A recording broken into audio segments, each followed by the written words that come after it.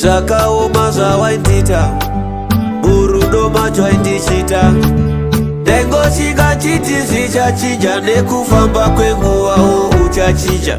Waiti chale ndokuda, oti baba chalo ndokuda. Asi nhasi woti usanditsvaga, usandishungurudza, usandimanikidza. Rudo ndaikupa, mari ndaikupa. Ndiudzewo kapa ndaitadza, ndaitoshinga ingawo ndaiedza. Rudo vaviri ndaikuda zvauri, zviri paviri mumwe akude zvauri. Ndizvo zvazviri, handinawo kamari, ndiwashamwari.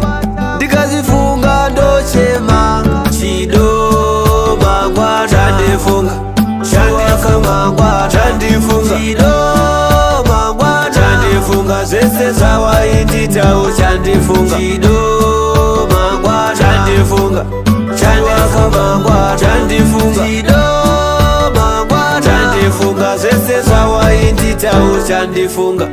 Wakatora moyo wangu, ndaitoshuva uve wangu. Ndakakupa zvese zvangu, moyo wangu nenguva yangu.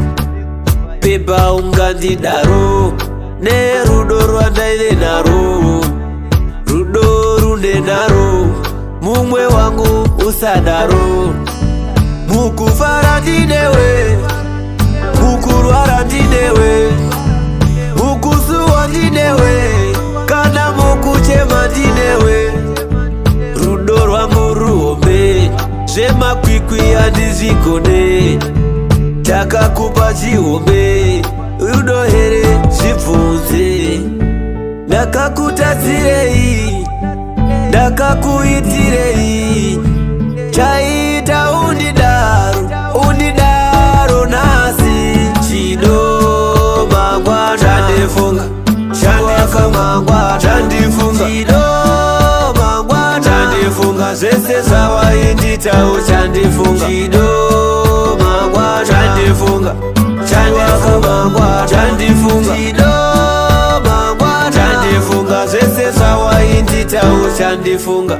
Ndakakupa moyo wangu ukatamba nawo, ndaitoti uri wangu ndichitemba newe. Ndakakupa moyo wangu ukatamba nawo, ndaitoti uri wangu ndichitemba newe.